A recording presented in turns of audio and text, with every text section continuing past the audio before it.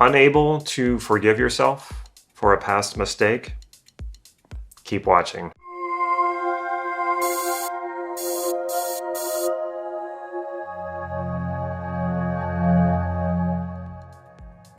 I'm Damon Cart, this is Life Mastery Gym, and I teach people just like you cutting-edge NLP processes and techniques so that you can master your life and take charge of your destiny. So if that sounds good, make sure you click that subscribe button right down here so you can get these videos on a regular basis. We've all experienced guilt and regret. It's just part of being human. And when I think about the years of coaching that I've done with many, many clients and the problems that I've helped them resolve, a lot of them have had their roots in guilt and regret somehow. So by the end of this video, you are going to understand how to resolve it. But before I get into this, I'd like to hear from you.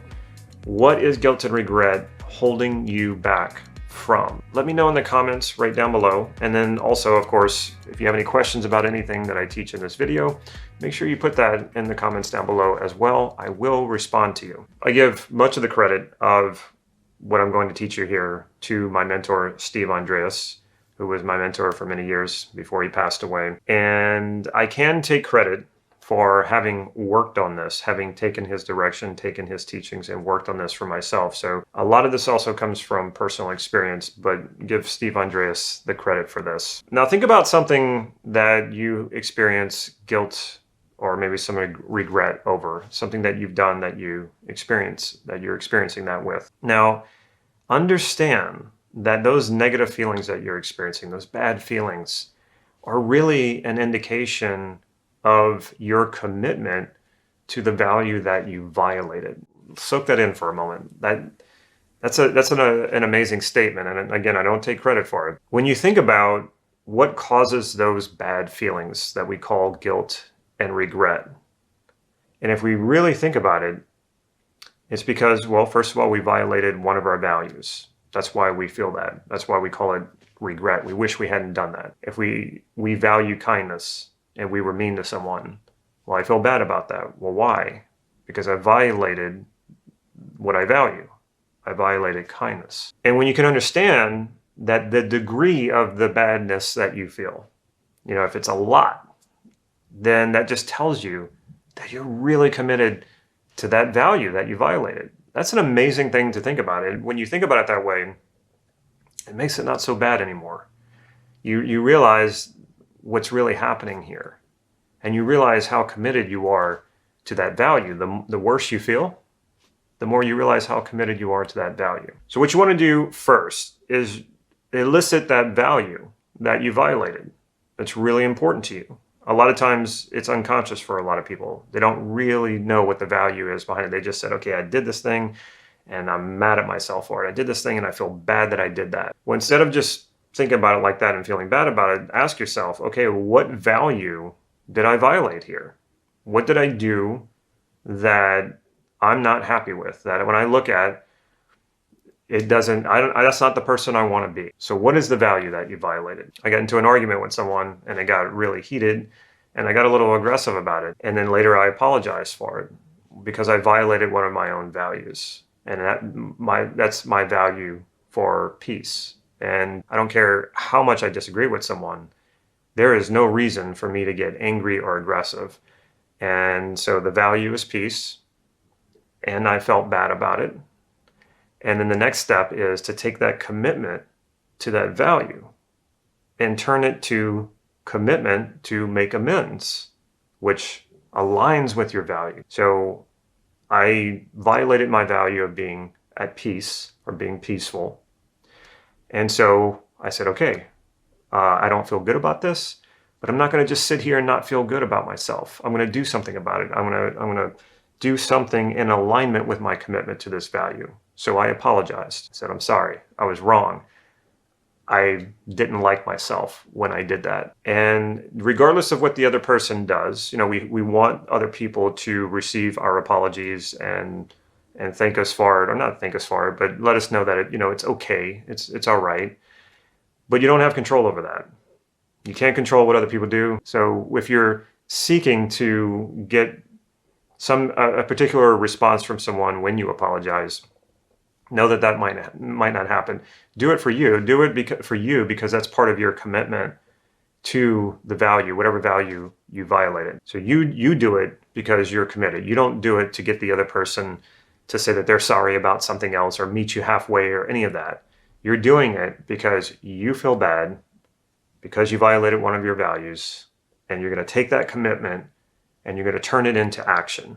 You're going to take that commitment and say, okay, I'm committed to making amends. I'm committed to doing something. Whether the other person receives it well or not, doesn't matter. I need to do this for myself because I feel bad about this, and this is the only thing I can do. So that commitment, shift that commitment to the value and say, okay, I'm going to do something about this. Take action.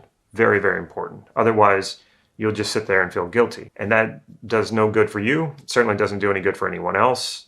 So instead of just sitting there in a negative state with all these negative feelings, do something about it. There's another value at play here, and that is the positive intent that was behind whatever your behavior was. So yes, positive intent and value are the same thing. Whatever the intent was, is the intent to fulfill a value.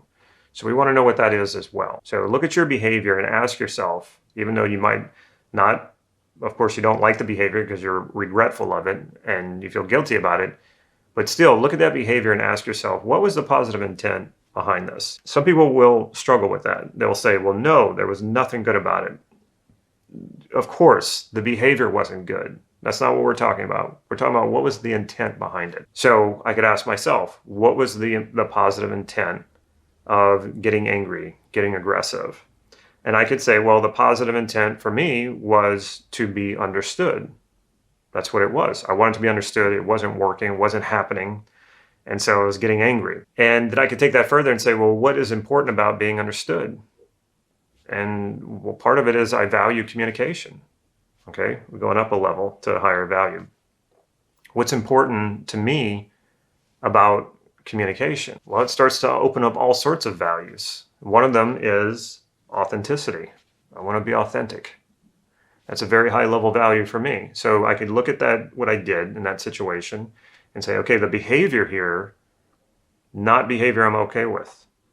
But I can now see that what my positive intent was. My positive intent was to communicate authentically. Okay, now I'm moving in the direction of resolving this for myself. So that's what you want to do next. You want to look at that behavior and say, okay, what was the positive intent of that behavior I did? And then go deep with it. Say, okay, well, a lot of times this comes out as in what we call an away from strategy, what you didn't want.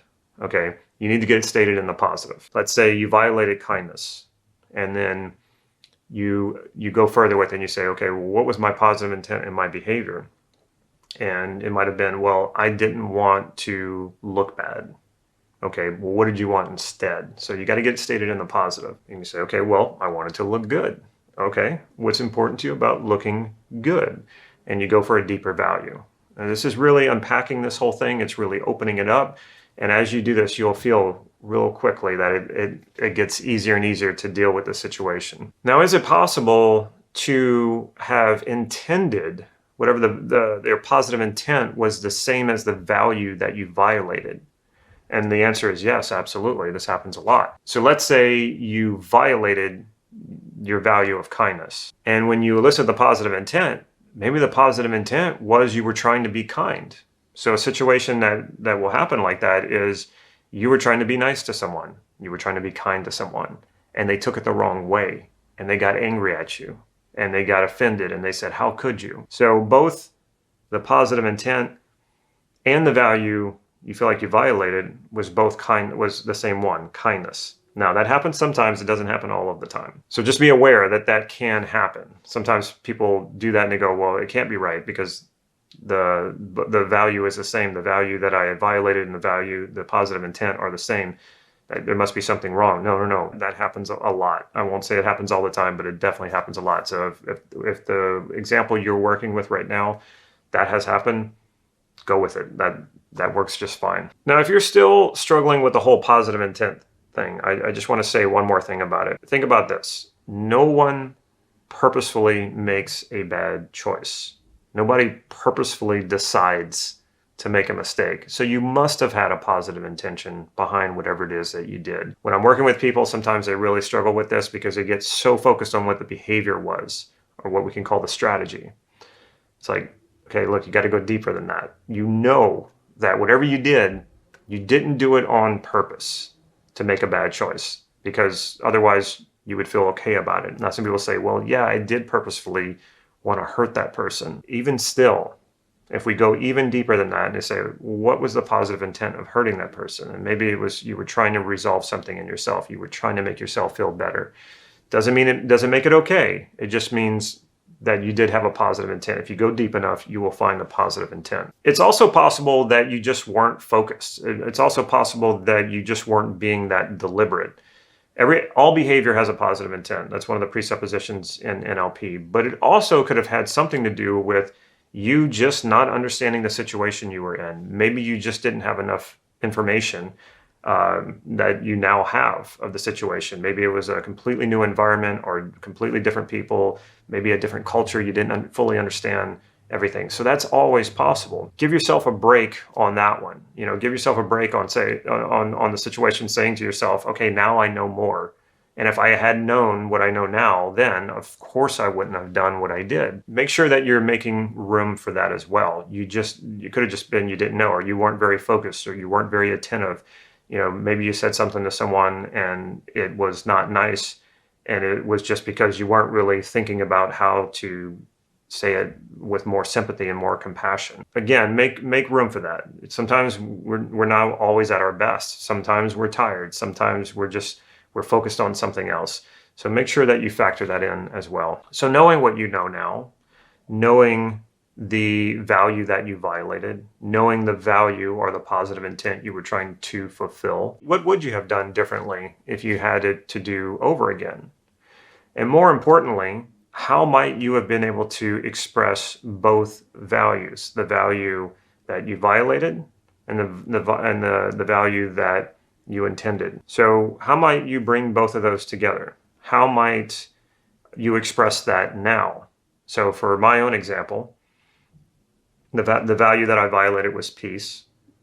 And then the value that I intended was authentic communication. So I would ask myself, if I had to go back and do that situation over again, how might I see myself expressing peace and authentic communication at the same time? When I just think about it right now, I go, oh, wow, that that would have been so much better. Me expressing peace would have just been like, okay, if this other person doesn't understand what I'm saying, it's okay. There's nothing wrong here. Maybe they're intentionally misunderstanding, or maybe they just don't understand my communication. Maybe my communication is off.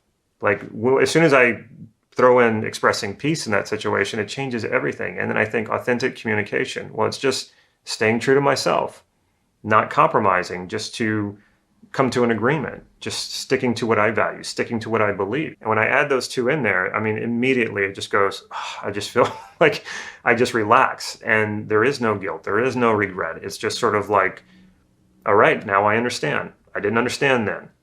I understand now. Think about that. Think about those two values, how you could go back over and redo the situation expressing both of those values. And then just think in general in your life now. How can you take those two values, which are very important to you, because you were trying to express it in one situation, and then the other value, you violated that value. They can work together.